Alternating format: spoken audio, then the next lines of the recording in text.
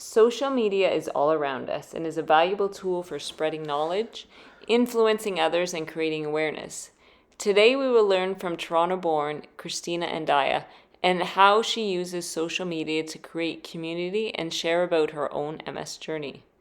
Christina is a spokesperson for MS Canada and recently was a panelist for the So This Is MS conference in Toronto. Christina acquired her master's in sociology from York University and even competed in 2019 in the Miss Galaxy beauty pageant. So are you ready to get social with Christina? So welcome to the MS Gym podcast. I'm really excited for my guest today. I actually met her when I attended So This Is MS event in Toronto. It was a really exciting event because all the kind of the social media influencers got together and shared about their own journey, sharing their life with chronic illness with MS. So without further ado, I'd like to introduce you to... Hey everyone, I'm Christina Andaya, your favorite MS fighting beauty queen, all the way from Toronto, Canada. Awesome. Awesome.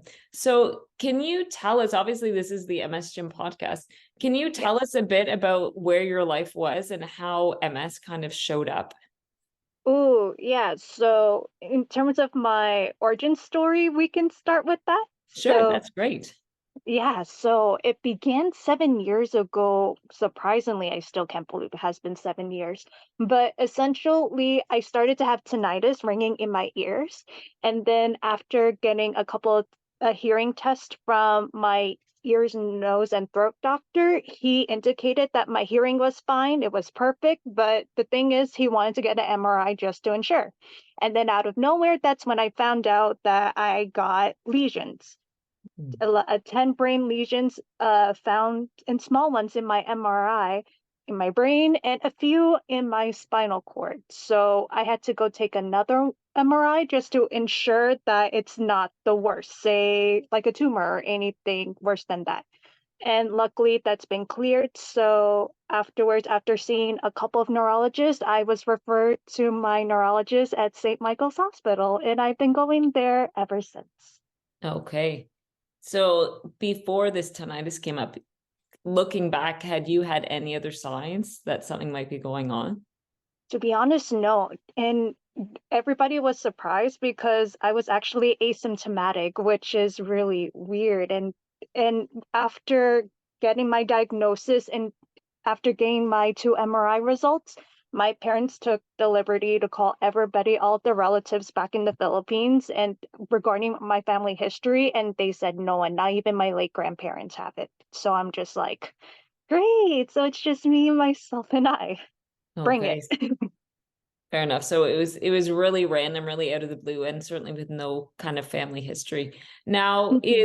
is MS, because I know MS is so common in Canada, is in general, like, is MS really heard of in like the Philippines and some of your origin? To be honest, no. And if it was, it would be very rare. And to be honest, the let's just say that the medical and socioeconomic lifestyles and the healthcare policies from here in Canada compared to the Philippines is very different because especially in our province of Ontario, where I'm able to get a MRI with ease. It's just that their healthcare back in the Philippines, it's just like the United States. It's kind of like pay to use, that type of energy. Okay. Okay. Fair enough.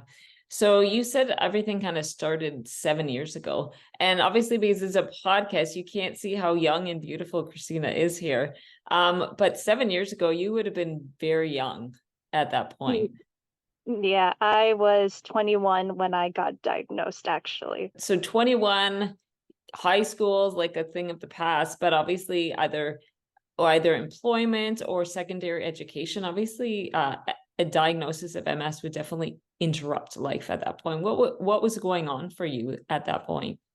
So after this was after I completed my second year of my university studies at York. What was your course of study? First, I was there for my undergrad degree for interdisciplinary social science. You can Okay. just, in other words, a very broad social science is like how I would describe it. It took me 6 years, two strikes, and a COVID virus for me to complete my undergrad. Oh, Now wow. yeah, and then after the lockdown, I came back in 1 year later in 2021, and then just recently, it took me 2 years and an impasse for me to get my master's. Oh, wow. Okay. The master's, that's quite an accomplishment. Oh, yes, thank you. Yeah, and especially when I knew from the get-go that the master's program in sociology was going to be very rough on me because due to my weak writing skills, I knew I had to power through in some way. And I'm very helpful for a supportive faculty and administration to help to get me through to the finish line. Okay, that's great. So we started out, tinnitus, the diagnosis. How have things kind of transitioned in that point? Like, is there any new symptoms you've been having? Are you on any kind of like treatments for your disease? So over the span of 7 years, I literally went going from asymptomatic and tinnitus all the way down to experiencing like fatigue and more brain lesions in my Mhm. MRI to a point of getting back pain. And then eventually I started to take Tecfidera, which is like a DMT type of oral pill, if you will. And Mhm.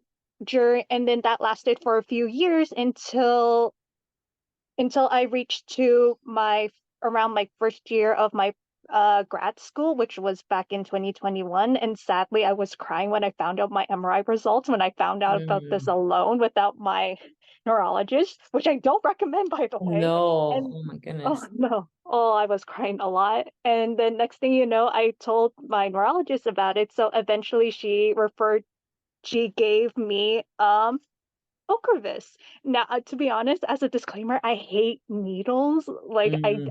I try to avoid them like the plague, but I have to do what I have to do. So she even like took the liberty to contact the disease specialist to ensure that, given with my circumstances, can I still take Ocrevus? Do I have to take any kind of other needles prior to that, say like shingles, which I had to take, and luckily it was all clear. And all I Okay. have to do is just had to get like blood work done every certain amount of months before my Ocrevus. So yeah, Okay. it worked out pretty well ever since. But lately, another new symptom, which I promise I will tell my neurologist, is weakness in my thighs, and it's kind of Okay. scary. Yeah, and I'm just like, I sure hope Ocrevus is working. I just want to see how my new MRI goes, so I don't want Mhm. to overthink it. Yeah, and with MS, it's so easy to overthink Oh everything. You yeah. can either go the one extreme, you can think everything is MS, or you can like kind of shrug it off and say this is no big deal, right? It's hard to know, to stay in the middle of that balance for sure. Yeah. Yeah, and it's very tricky even still to this day. I'm still learning about it, and especially with a lot of MS fighters, especially with you, Jody. So it's a lot, and I'm thankful that I'm surrounded by a loving community. And it's so amazing, like thinking about like being diagnosed around this time versus like 30 years ago when there was no drugs available for those that decided to pursue it. There's not no options, and there's certainly very little online, and there's so much on social media. So this brings me to the point, how did you get involved in social media? Was social media part of your life before your diagnosis, or did it kind of spawn from sharing your own journey? Well, definitely. Well, prior to MS, I've always been on social media, and which is not a problem. It's just a matter of, okay, since I have MS, do I share it with the world, and what do I reveal? I share little increments in the past when it came with MS, and especially like in my early era of my diagnosis, because I was asymptomatic. I'm not sure what else to tell anybody. But other than that, I just share what I was comfortable with, and everybody was very supportive. For yourself, Instagram is mostly what you post on. Oh um yeah. what kind of gives you the inspiration? Like, when you decided to start posting a little bit snippets, you said, of your MS journey, where did you kind of glean that information from? Like, where did you did you see other perhaps MS warriors posting things and you thought, okay, I'm going to start sharing this? Or what Yeah, kind of prompted things for you? yeah, it was definitely around those areas. Definitely seeing fellow MS warriors just able to share their story so bravely and so and with such grace too. I'm just like, I want to try because I'm not sure if they have ever seen a Filipina Canadian with MS, and especially one who was diagnosed with asymptomatically in the first place. So I Mhm. thought sharing my story online, why not? And the fact I was able to tag a little, sometimes mention MS Canada at Mm. the time when in its previous name, and just like if they want to, and it was unexpected too. So it came about pretty beautifully. Okay. Now, what is your connection? Like, where obviously it would be an honor for the organization, so this is MS, to contact you. Had you had previous conversations with them, or did they just contact you out of the blue? Oh yeah, so they pretty much shoot their shot and slid to my DMs. That's all they ever did.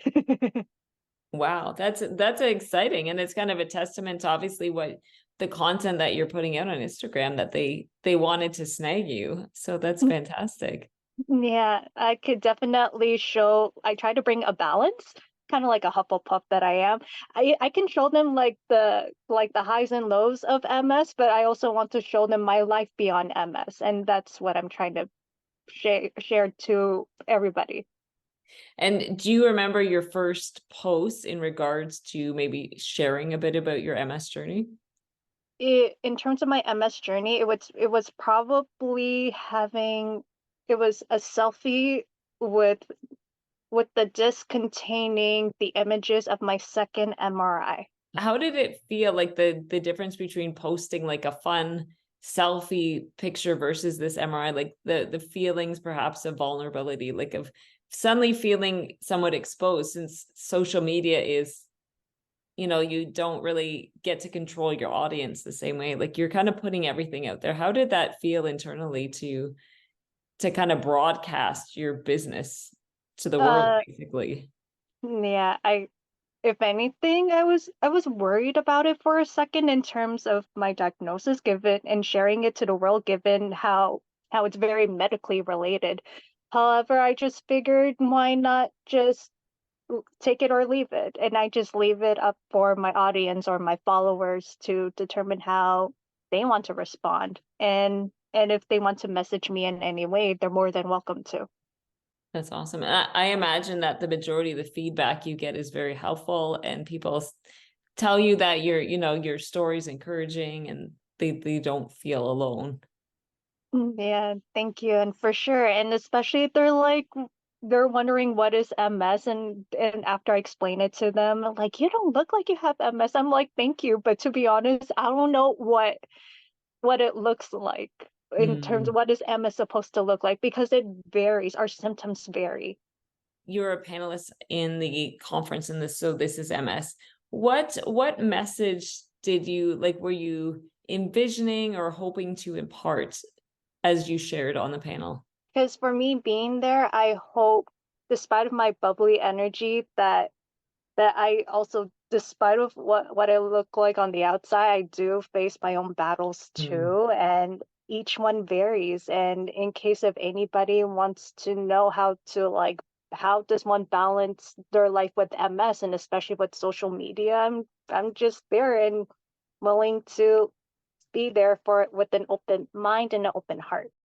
When you talk about, social media and things like that, how would you say, like, you say, okay, you know what, like, looking back from where I was when I first started posting to now, like, how do you decide like success? Or you say, oh, okay, I've arrived now, like is it in your mind, like, is it a certain number of followers you have or certain interactions that you have? Like, what goals are you working towards that to create maybe more of a name for yourself on social media, or to create more awareness?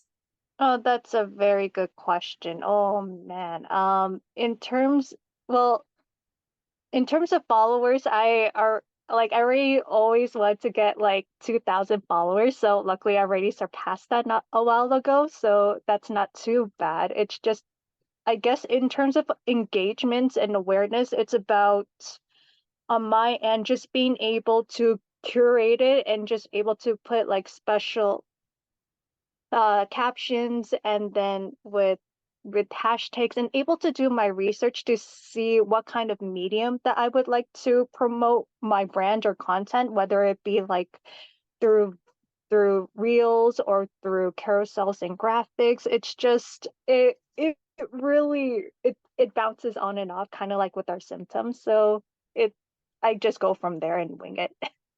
Things are so different in the MS community now, the social media awareness and the ability to actually have a voice, right? Like before, a photographer was like a professional person, but now anyone can be a photographer if you have a phone, or anyone can share a post about anything. Like it's kind of like we all have opportunity to get our voice out there. What would you say to someone that might be a little bit shy, or maybe thinks that they don't have a story to share? What would you say to encourage someone to kind of put themselves out there?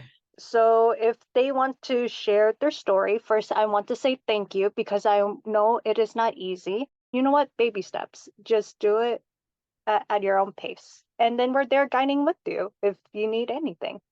Now, there's something else at the conference we went to. Yes. They introduced you, and they said that you are like a runner up in the Miss Galaxy.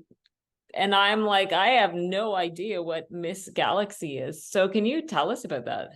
Yeah, so the last time I competed in the pageant was 2019, and it was for the Miss Galaxy Canada title. I was second runner up, but essentially for Miss Galaxy Canada, essentially what it is it's similar to Miss Universe, if you will, or the big international pageants. It's about like about the glamour, it's about the fashion, but at the same time, it's about the philanthropy and able to give back to our community and being involved, which is so important. And that is, if anything, I try to implement my story with MS with my title ring when I came back to compete in 2019.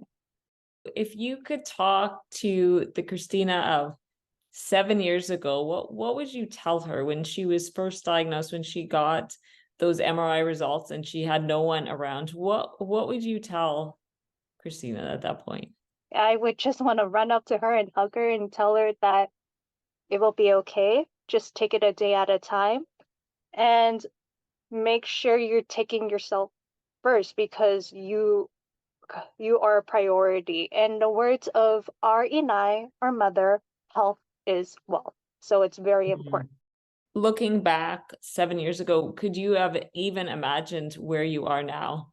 That girl, could she have ever envisioned who you would be right now? Oh no, with the MS, absolutely not, especially with me developing amazing relationships with the MS community. I think it's great. I would still be starstruck because it's a lot to take in and it's still a lot to take in for me. And especially when I'm collaborating with other organizations to those who want to hear more about my story, I'm just like, sweet, what do you want to do? What does the next 5 years? I know we don't know the future, but what in your mind, what possibilities do you see on the horizon for yourself? Stability, because that's all I really want. And if it Yeah. includes having mini-me's, then God willing, I am totally down for that. And what kind of, do you want to pursue further schooling, or perhaps a specific occupation? Well, I'm retired from academia, so in this case, like a public sector job, like working for the city or for the Mhm. province would be nice. Otherwise, my passion relies on social media and marketing, and it's been 2 years since I've been doing that, and I hope to find some stability within that sector, because if not, then that's okay. I have backups. Christine, thank you so much for talking with me today. I know this is just a snippet into your life and your journey, but again, I'm going to put up in the show notes how people can connect with you and learn more about you. And hopefully next year, if the conference goes up again in Toronto, we will see you again. Absolutely. And thank you so much again for having me. I hope that today's episode has encouraged you to find your own voice and share your own personal story through social media. Please check out our show notes to learn more about how you can connect with Christina.